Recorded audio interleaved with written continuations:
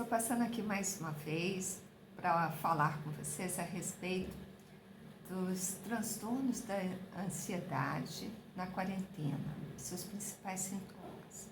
Então, vou começando a falar dos sintomas que são mais recorrentes, né? Que quando um paciente chega para mim e que se coloca como uma pessoa que tem esse transtorno de ansiedade, eles sempre falam desse. Esse é o principal.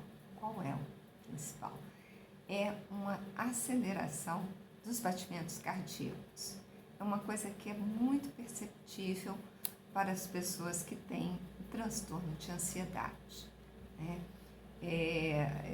A tal ponto que às vezes acham que está tendo um ataque cardíaco e acabam parando no pronto-socorro.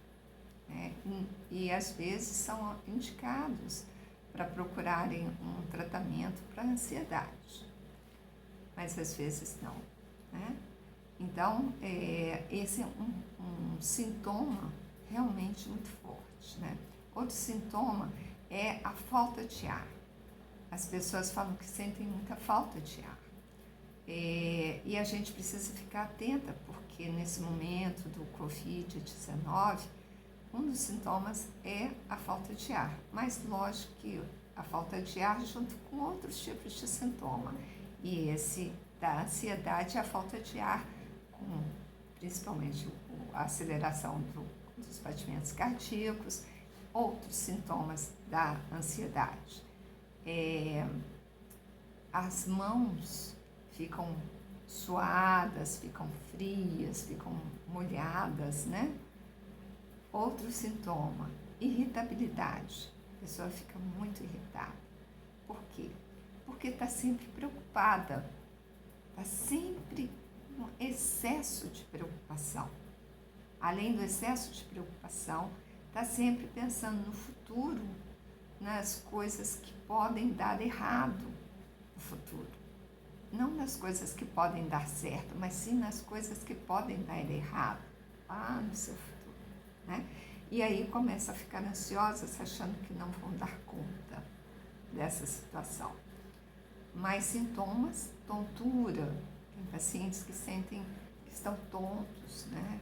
Por causa de tudo isso, dessa ansiedade, desse excesso de preocupação, e acabam se sentindo bastante tontos, né? Esses são os principais sintomas relatados pelos pacientes. Existem outros, mas não são tão fortes como esses são, tá? E o que está causando isso, inclusive na quarentena? O que nós estamos reparando é que durante esse período, as pessoas que são ansiosas começam a ficar mais ansiosas.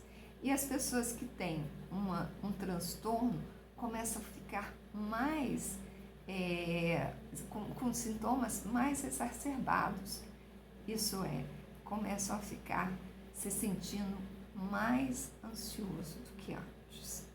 Então, os sintomas aparecem mais, ficam mais fortes, mais evidentes.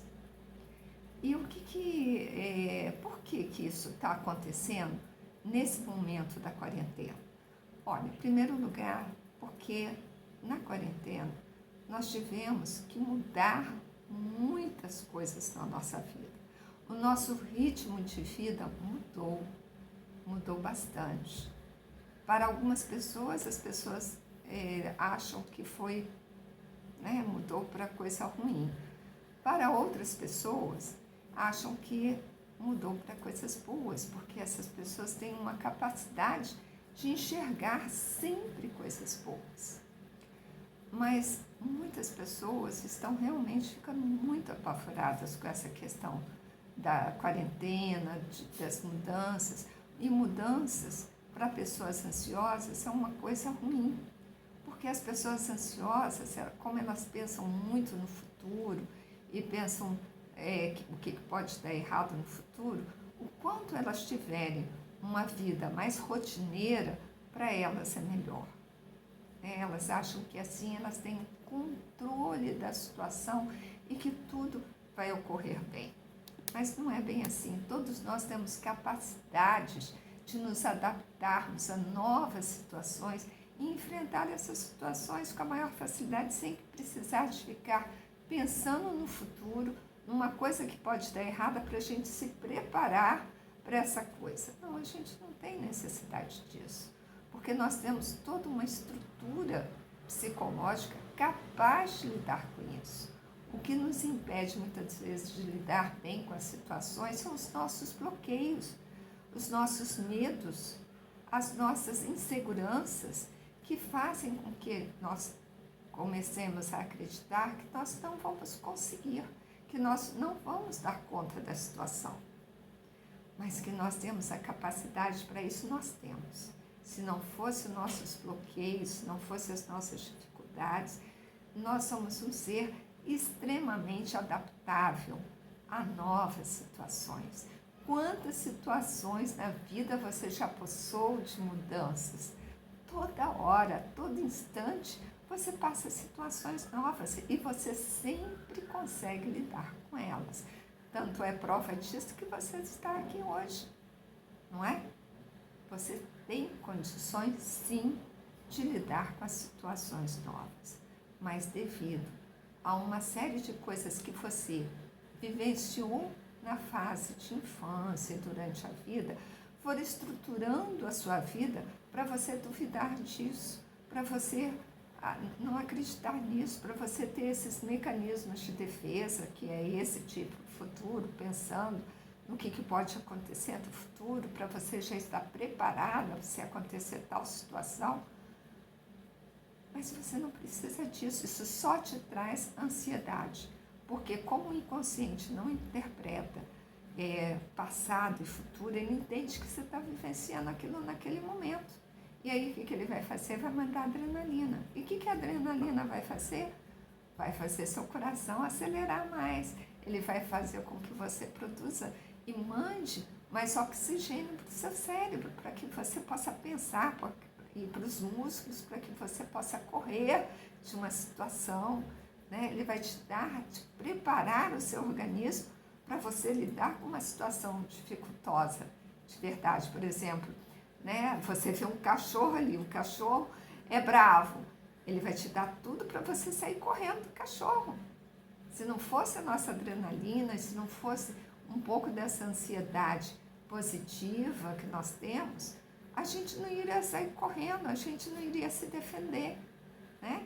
Nós precisamos disso, mas quando a gente não precisa disso e fica pensando em coisas, preocupações e tudo mais, a mente começa a mandar adrenalina e você não tem por que necessitar da adrenalina, e você começa a perceber o seu coração bater rápido, as suas mãos ficarem mais úmidas e frias, você começar a respirar mais ofegantemente. Só que aí você entende que você está passando mal. E na realidade é uma descarga de adrenalina. E quanto mais você fica nervosa por causa dos sintomas, mais adrenalina é mandada para o seu sangue, né? Então, precisa se acalmar quando começa esses sintomas, tá bom? Eulália, o que é que a gente pode fazer, né, para quando está assim? Qual é a solução disso tudo? Bom, existe isso, né? Você começar a pensar, saber que é uma descarga de adrenalina e saber que quanto mais nervosa você ficar, mais você vai descarregar adrenalina, e você tem que se acalmar e mudar esse pensamento que você está tendo negativo sobre uma situação, tá? Começar a pensar coisas boas, começar a dizer para você mesmo que você dá conta sim, que você pode lidar com ela. Mas tem momentos que essas descargas de adrenalina se dão até mesmo quando você não está pensando alguma coisa. É verdade, existem momentos que acontece isso. Por quê? Porque o seu organismo já está disparando, seu inconsciente começa a disparar, porque toda hora você pensa, então ele já começa a descarregar. E aí você tem, em primeiro lugar, se tranquilizar, tá? Tem pessoas que gostam de meditação, tem pessoas que gostam de mindfulness, tem pessoas que gostam de fazer uma respiração para ir se acalmando, observando a respiração, se interiorizando novamente, se tranquilizando. Mas isso são paliativos, né? A meditação é ótima, é muito importante para uma série de coisas na vida. Mas para trabalhar a ansiedade, para trabalhar o transtorno de ansiedade, a gente precisa de realmente buscar uma psicoterapia. Por quê?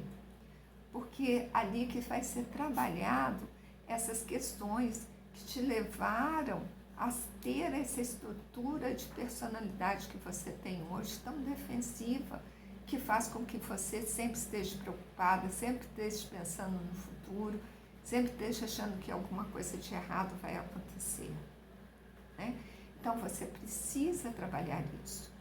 É lógico que quando os pacientes chegam com esse tipo de sintoma, eu encaminho eles também a um psiquiatra para tomar um ansiolítico. Por quê?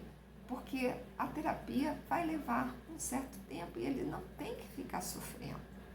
Mas o ansiolítico não vai dar conta de resolver as causas, o que faz você ser assim. Por isso que precisa de uma psicoterapia, porque senão você vai ficar dependente do remédio, porque você vai precisar dele a todo instante, né? Então, durante o processo de tratamento com o psicólogo, é bom, é recomendável que você tome um ansiolítico, né? Mas depois, como a terapia vai fazendo efeito, o próprio psiquiatra vai diminuindo o seu remédio até você ficar sem remédio, tá? Mas e se eu não fizer um tratamento? Olha só, a ansiedade, como eu falei antes, é uma coisa normal, uma coisa que nós temos até mesmo para nos defender, mas ela não pode se tornar em excesso, porque quando ela se torna em excesso, ela se transforma em um transtorno de ansiedade, que pode ser um transtorno de ansiedade generalizada, com alguns sintomas, que podem se agravar numa síndrome do pânico, que aí realmente começam a aparecer os sintomas, assim, toda hora começa a aparecer esses sintomas, que podem agravar no que chamamos de TOC, transtorno obsessivo compulsivo, né? Então, por isso que a gente precisa trabalhar isso. Isso não pode ser deixado de lado, porque a tendência é que vá se agravando, tá bom? E eu estou aqui para que você tiver alguma dúvida, quiser conversar, eu estou aqui para poder tirar suas dúvidas, tá bom? Pode mandar uma mensagem, pode falar aqui embaixo, né? Que a gente vai estar conversando sobre isso, tá bom? Vou estar respondendo a você. Até mais.